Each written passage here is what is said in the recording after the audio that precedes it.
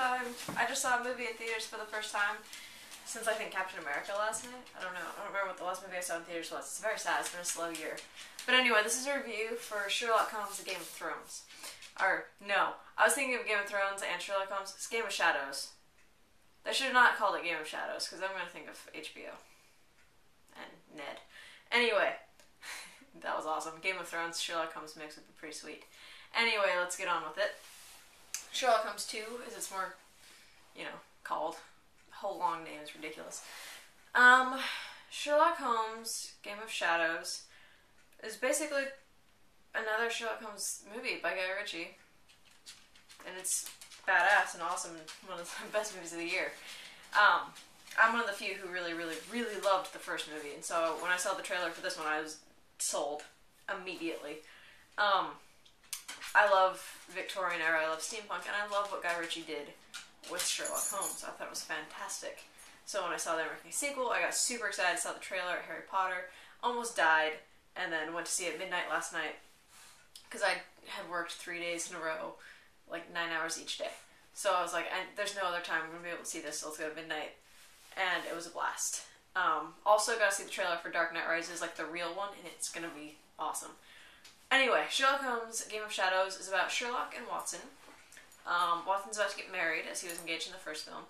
And Professor Moriarty is involved, played brilliantly by Jared Harris, who is on Mad Men lately and is phenomenal. The new villain, basically.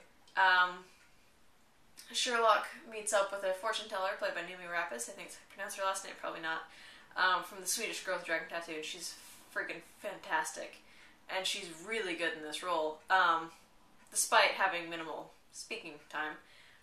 She's really good, and they try to find her brother, basically. Moriarty's involved. Basically, he wants to start World War I in 1891. That's essentially it. It's really clever. It's really well written.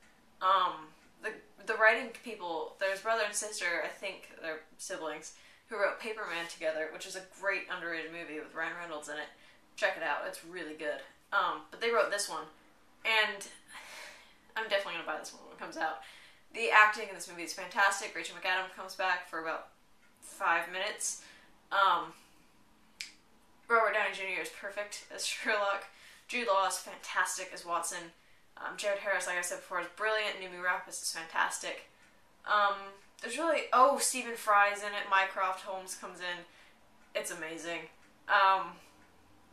But the costuming, the score, the set, the direction, everything about this film is fantastic. I loved this movie. I thought this was a really good sequel.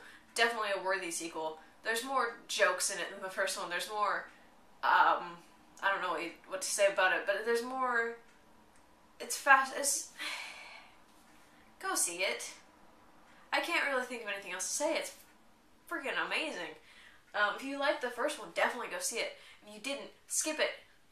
I hate going on to reviews and seeing Sherlock Holmes elitists getting super pissed off about Guy Ritchie's movies. If you don't like it, don't go see it. Don't bitch about it, because it's not Sherlock Holmes. Personally, I think this is the best Sherlock Holmes we've done, probably. That and the BBC series Sherlock by Stephen Moffat. Those two are great. I love these newer Sherlocks. I think they're fantastic. So yeah, Sherlock Holmes: Game of Shadows gets a 4.5 out of 5 or a 9 out of 10.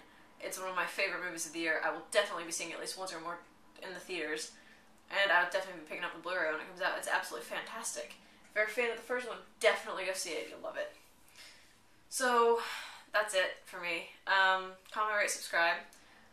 Suggest movie titles for me to review. If you do, you get a shout out when I get around to it. But yeah, that's about it, really. I'm going to start watching Freaks and Geeks now, so see you later.